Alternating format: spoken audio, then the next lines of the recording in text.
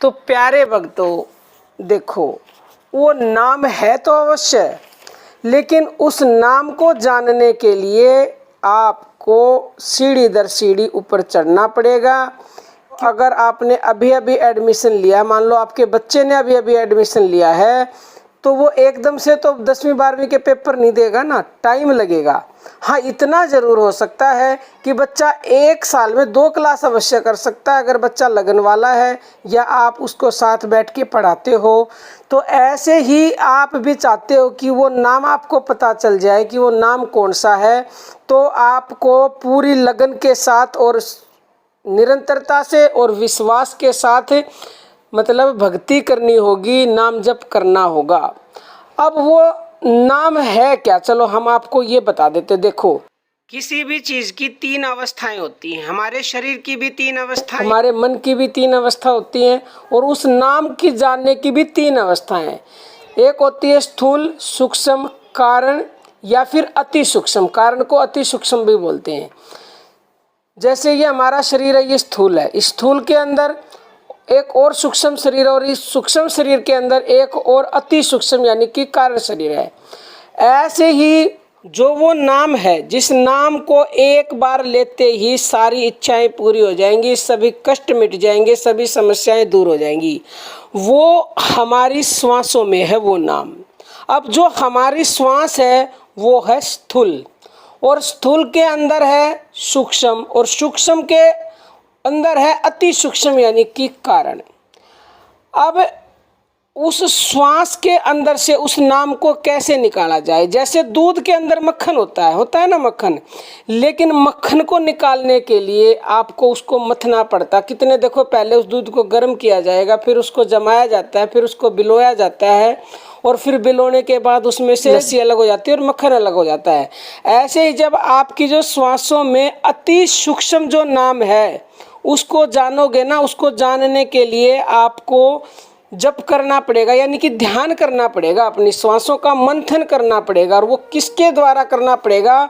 सोहंग जो मंत्र है, सोहंग मंत्र स्थूल है, स्थूल। इसी स्थूल मंत्र से आप सूक्ष्म पे जाओगे और सूक्ष्म से अति सूक्ष्म पे जाओगे, और इस सोहंग मंत्र को ही हमारे शास्त्रों में वो नाम बताया गया है जिस नाम से आपकी सारी इच्छाएं पूरी होंगी। लेकिन स्थूल से अति सूक्ष्म पर पहुंचना होगा, और उसके लिए आपको सोहंग मंत्र के द्वारा प्राण जप करना पड़ेगा। सोहंग को ही परमात्मा कहा गया है। जाकी महिमा नित भजे वेद शारदा शेष, और सोहंग शब्द परमात्मा भेद भ्रम नहीं लेस। सोहंग को परमात्मा कहा गया है और सोहंग को महामंत्र कहा गया है। क्यों? क्योंकि हमारे श्वासों में सो और हंग की ध्वनि प्राकृतिक रूप से आती है। अब देखो, कोई कहता है वो नाम राम है, कोई कहता है वो नाम कृष्ण है, कोई कहता है वो नाम शिव है। भाई, इन नामों की तो एक के बदले दूसरा खड़ा है तुलना में। सर्वश्रेष्ठ नाम वो होता है जिसकी तुलना ही किसी से नहीं की जा सकती। अब सोहंग की तुलना में कोई भी नाम नहीं है। और अगर आप ऐसे देखोगे, भाई मैं मुसलमान को कह दूं कि आप राम नाम जप लो, तो वो तो मना कर देगा। मुसलमानों के लिए तो राम नाम नहीं हुआ। हिंदुओं को कह दिया जाए कि अल्लाह अल्लाह जप लो, तो हिंदू तो अल्लाह को नहीं जपेंगे। लेकिन जो सोहंग मंत्र है वो हिंदू, मुस्लिम, सिख, ईसाई सभी के लिए है, और इसीलिए कहा जाता है कि वो परमात्मा एक ही है।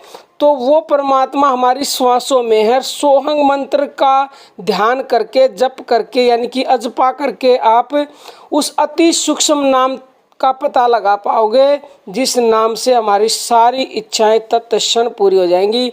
लेकिन आप चाहते हो कि इच्छाएं पूरी हो जाएं, तो अभी से इसी पल से सोहंग यानी कि ऊपर श्वास गई सो और नीचे श्वास आई हंग, इसका ध्यान करो, यानी कि उसको महसूस करो जो आपकी श्वास ऊपर जा रही है और आ रही है। मन के द्वारा बोलना है, और मन के द्वारा ही श्वास का जप भी उसको बोलते हैं। वैसे ध्यान किया जाता है, श्वास का जप नहीं किया जाता, लेकिन आम नए साधकों को समझाने के लिए जप भी बोल दिया जाता है। तो जितना ज़्यादा आप इन श्वासों को बिलोगे ना, जैसे दूध को बिलोया जाता है मक्खन निकालने के लिए, उतना ही शीघ्रता से वो नाम स्वयं प्रकट होगा। उस अति सूक्ष्म नाम को आज तक ना कोई बता सका है और ना ही बता पाएगा, क्योंकि वो बताने का नहीं है, होता, वाणी पे वो आ नहीं सकता, उसका अनुभव होगा। लेकिन अगर आप पूछना चाहें तो स्थूल सोहंग है, सोहंग, सोहंग से ही आपको अपनी मंजिल मिलेगी। लेकिन चलना शुरू करोगे जब भी मंजिल मिलेगी, एकदम कोई नहीं पहुंचता।